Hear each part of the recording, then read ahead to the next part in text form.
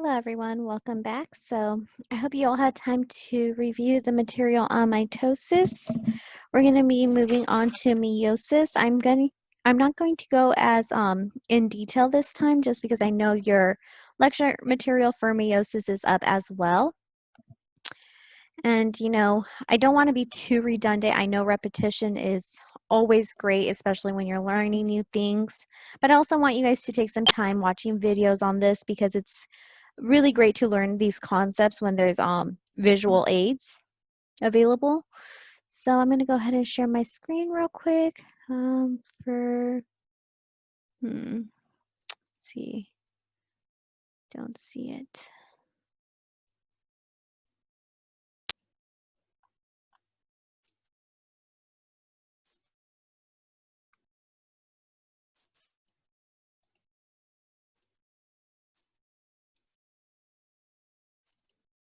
Okay, here we go.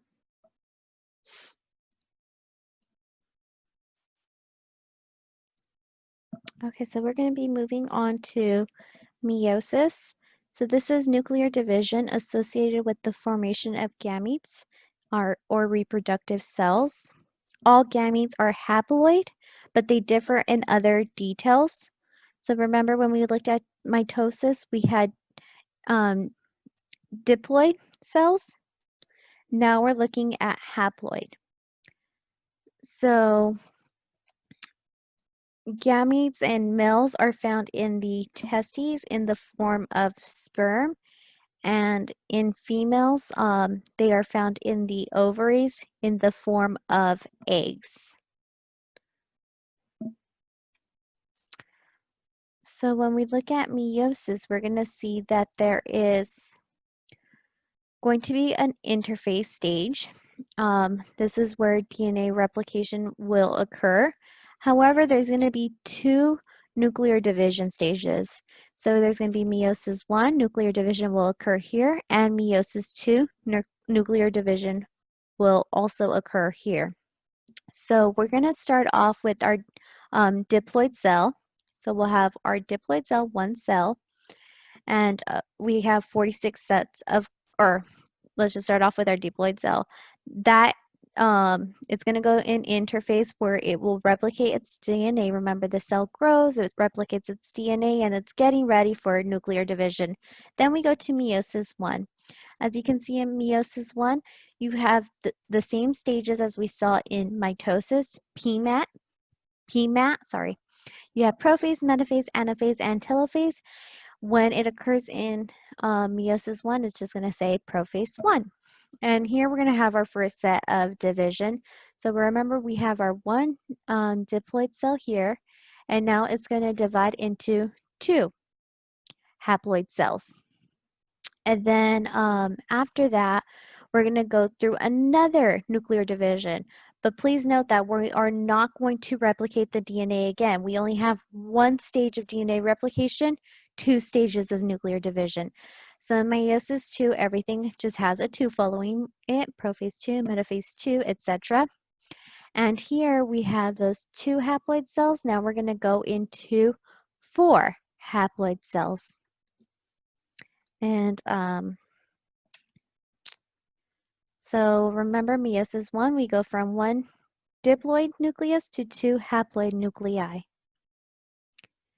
And you're going to have the same stuff occurring, prophase, metaphase, anaphase, and telophase that we discussed previously. In meiosis 1, it's just followed by a number 1.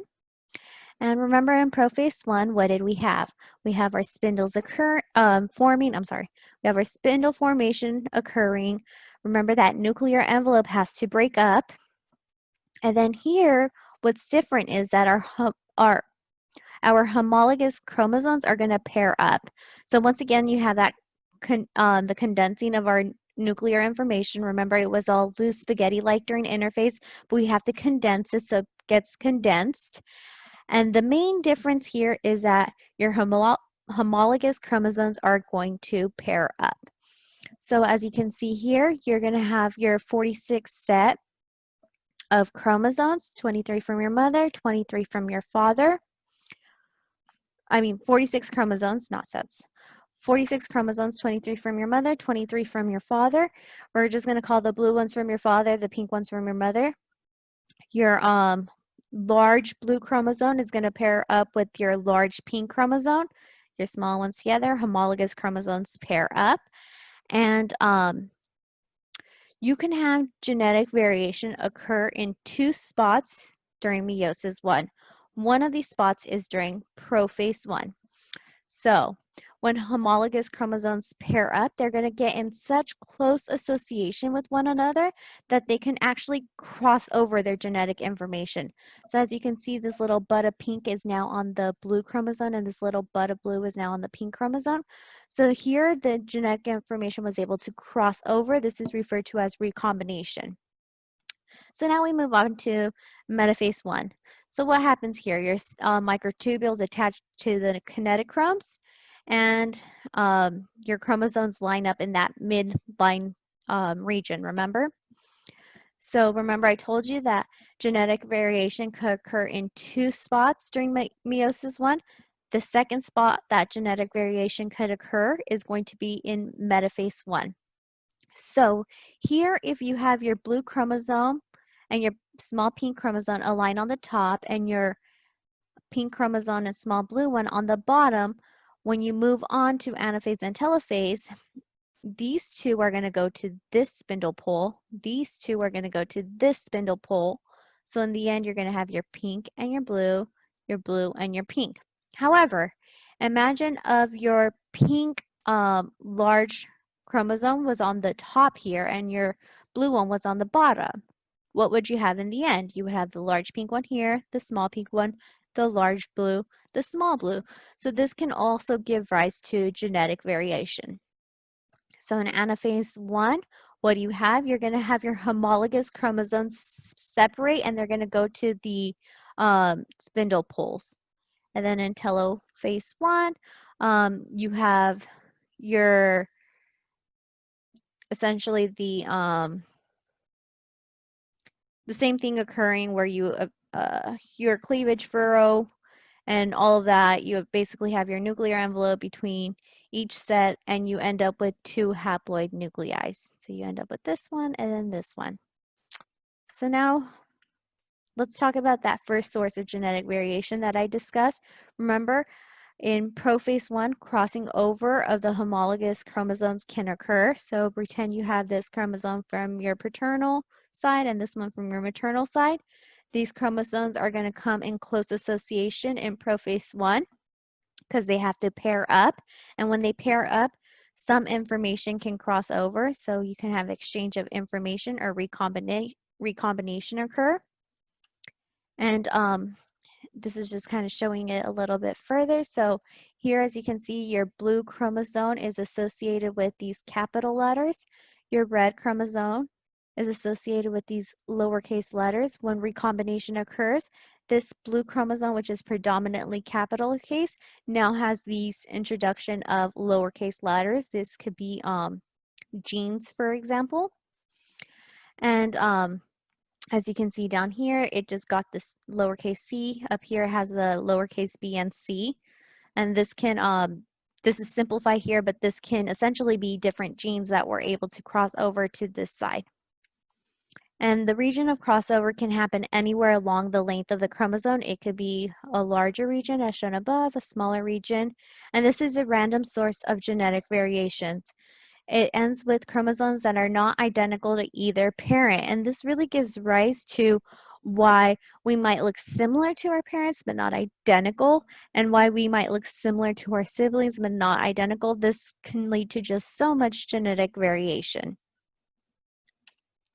The second source of genetic variation I said occurs during metaphase 1. So when your chromosomes pair up, depending on how they pair up at that midline. So example, if they pair up, when they pair up and your, what is shown here as your purple is on the top of the midline and your green is going to be on the bottom during metaphase 1 when they line up in the middle region.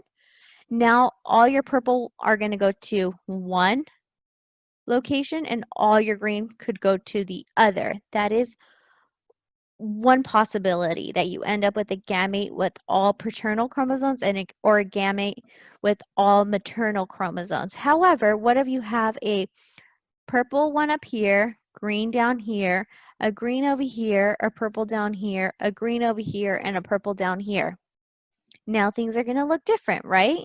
So these can really be, there's so many, I guess, options here. It really depends how they pair up and how they line up at this mid plate during metaphase 1. So there's a whole range of combinations that can occur. Okay, so now we move on to meiosis 2. So here we're going to go from 2 haploid nuclei to 4 haploid nuclei. And in prophase 2, you have, again, your chromosomes condense, your spindles form, nuclear envelope splits up. However, there is no DNA replication that occurred before this. Remember, there was only one interphase stage, 2 DNA or nuclear division stages. There's not 2 replications and 2 nuclear divisions. 1 replication, 2 division phases. So now they're going to line in the mid plate or the midway section. The microtubules connect to the kinetochromes in metaphase 2. And then in anaphase 2, here instead of having the, what's the word I was looking for? So here, instead of having the homologous chromatids separate, instead you're going to have the sister chromatids separate in anaphase 2. And then you're going to end up with this. You're going to end up with 4 haploid nuclei. These are not identical to that original diploid cell that we started off with. Remember, in mitosis, it was identical. Our end result was identical. Here, they are not identical, and you end up with 4 haploid cells. So this is just showing everything. So you start off with your pair of homologous chromosomes in your diploid parent cell. The chromosomes duplicate. So this is maternal, paternal. And then they go through meiosis 1. They go through meiosis 1 and remember, during meiosis 1, prophase 1, you can have crossing over occur. In metaphase 1, you can have the chromosomes split in different formations depending on how they line up on that in the midline. And in anaphase 1, your homologous chromosomes are going to separate. When you go on to meiosis 2, in anaphase 2, sister chromatids are going to separate, and this is your end result. You have 4 haploid daughter cells. They are not identical to the diploid parent cell. Remember, there could be crossing over here. It's not shown in this image, but there could be some crossing over that occurred. You can end up with some very different results. Here's an animation to show meiosis. Please watch this on your own time. Like I said, the more videos you watch, the more you will understand these concepts. It's great to have visual aids for these concepts. And here are some videos of meiosis with pop beads. You don't have to watch them all. Just pick if you want to watch them all, you can. I just found some videos that you guys can see what you would have done for activity 4. Just give you guys a visual of what you would have done. You could even try doing this at home with other tools available or supplies available to you. So if you're thinking like a scientist, you're going to be asking, well, what happens when meiosis goes wrong? How accidents during meiosis can alter the, so you might be asking yourself, what happens when meiosis goes wrong? Well, essentially, something that can occur is that the number of chromosomes you end up with is abnormal or not correct. So what happens when there is an error in the process of meiosis? This can lead to genetic abnormalities, and they really range from mild to severe, most of them being lethal though. most of the time when you have a some event that occurs in meiosis that leads to some abnormalities, your body will, or not your body, the female who is carrying the unborn child, the body will reject the fetus or the embryo or whatever stage it's at, and have a miscarriage because life cannot be supported. So your body knows like something is wrong and will reject it. So in non-disjunction, the members of a chromosome pair fail to separate at anaphase, producing gametes with abnormal numbers. So this can either be too many chromosomes or not enough chromosomes. So when they separate at anaphase, this could be either anaphase 1 or 2. What happens is that the separation does not go as smoothly as it's supposed to. Either separation did not occur or things just got skewed somewhere in that process, and you either end up with too many or too few chromosomes. And non-disjunction appears to be involved in 10 to 30% of human conceptions, and it's the main reason for pregnancy loss or miscarriages. So here is an example. You see that the chromosomes from the sperm cell are normal. However, the chromosomes from the egg are abnormal. You have an extra chromosome shown here. So now there is going to be an extra chromosome in this zygote, and this is an example of non-disjunction in the mother. Here's a video of non-disjunction in meiosis to help you guys get familiar with this idea. And then we're going to move on to karyotypes. So karyotypes are an image of an individual's diploid set of chromosomes. So here, essentially the chromosomes are going to be isolated. They're going to be stained and they're going to be examined under the microscope. A professional will be able to look at this map or this image and see if there are any abnormalities, genetic disorders associated with the karyotype. Obviously, you have to have a trained eye because when I look at this, unless there's a obvious difference, like unless there's an extra chromosome or not enough chromosomes, I really don't see much. But a trained eye could see a lot. And as you can see, you have 23 sets of chromosomes for a total of 46. Remember, you get 23 from your mother's side, 23 from your father's side to give you that total of 46. Sets 1 through 22 are referred to autosomes, and your 23rd set is what is referred to as your sex chromosome.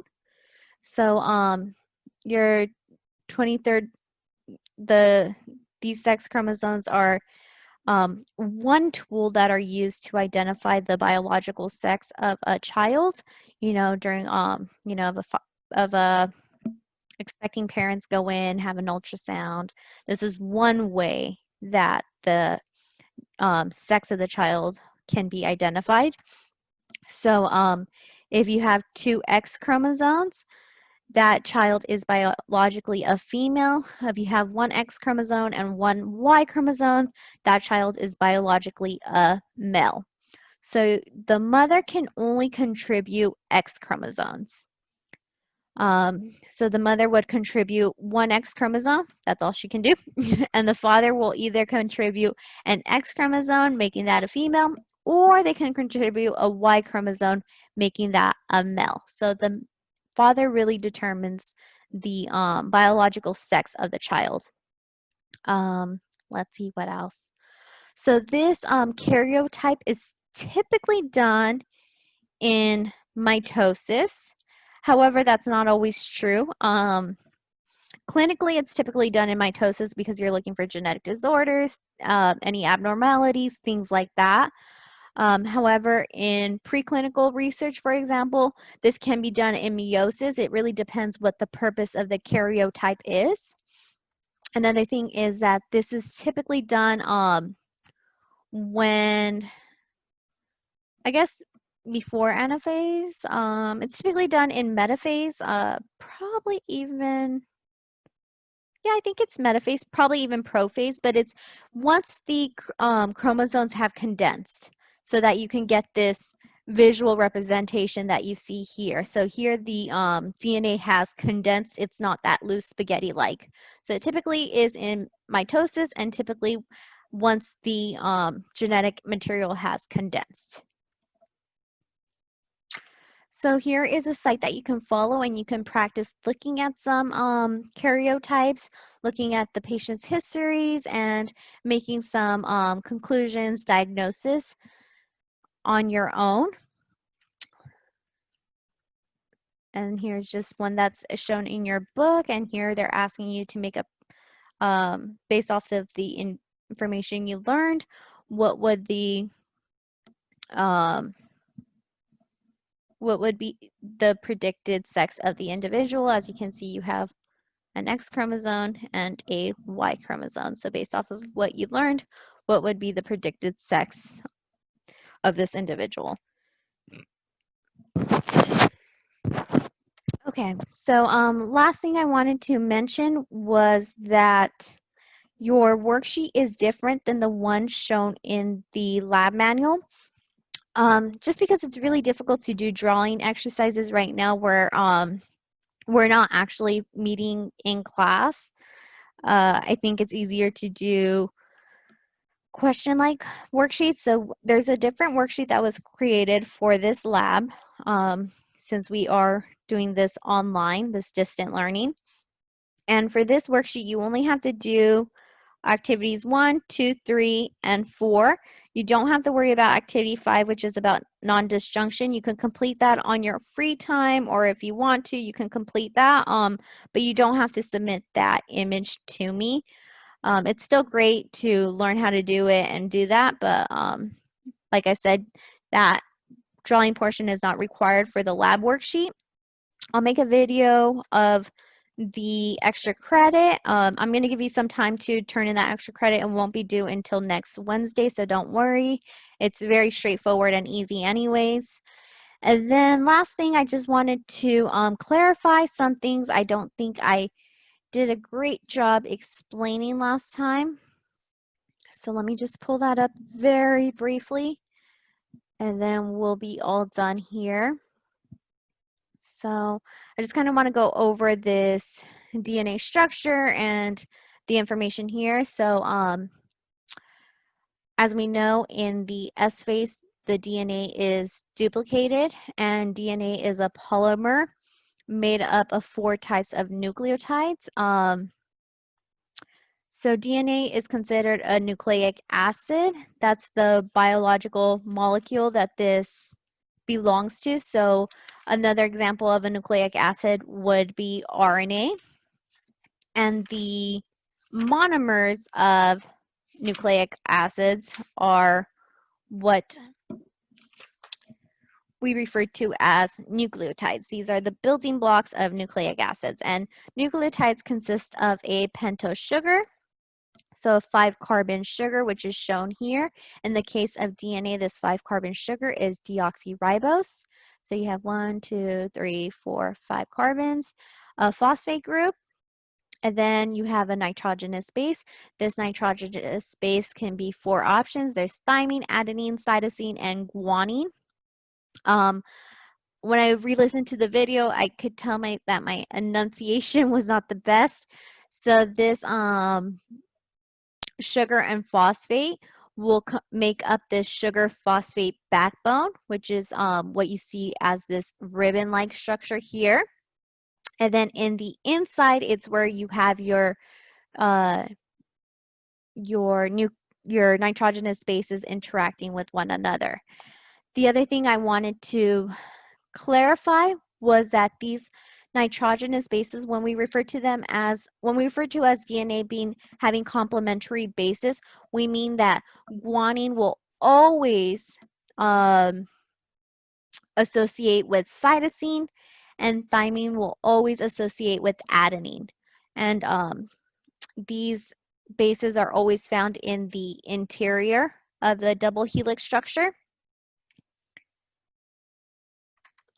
Okay, so like I said, you have 4 nitrogenous bases. The options are thymine and cytosine, which are pyrimidines. They have 1 ring structure.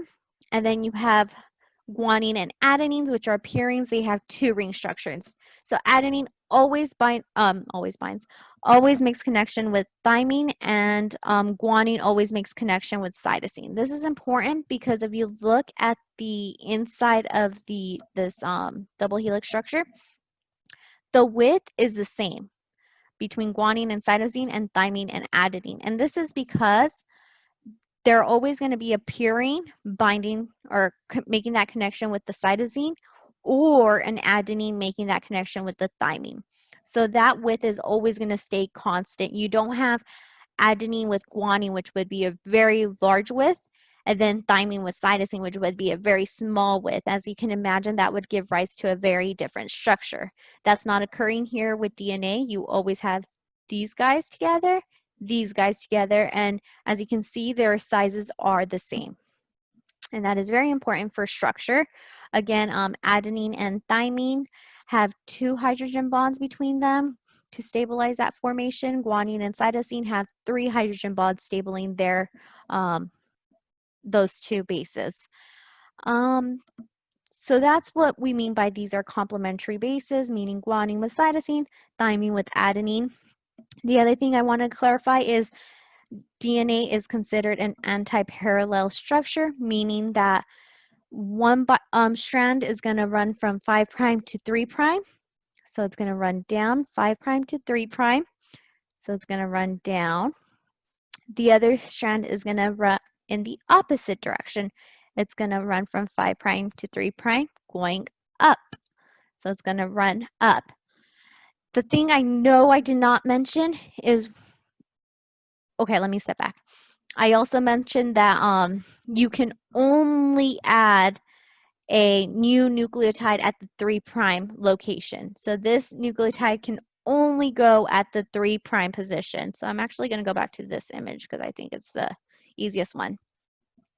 So you can only add a nucleotide at the 3' position. I know I mentioned that, but I didn't really mention how, why, when, where, etc.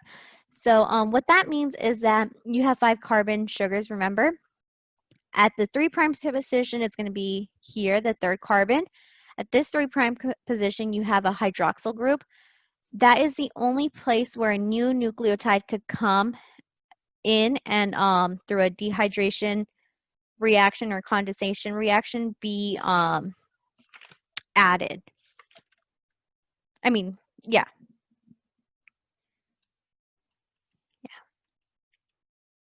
So I think I showed it here. So at the 3' end, you can have a new nucleotide come in and be added, interact with this hydroxyl group, which is found at the 3' or at the 3rd carbon. And then a dehydration reaction would occur, or condensation. You also lose 2 phosphate groups. And then you have your new, your growing DNA strand in the 3' orientation. So this can only grow on the 3'. This strand can only grow at this 3'. So DNA polymerase can only come over here and grow this DNA strand in this direction. DNA polymerase can only come over here and grow this strand in that direction.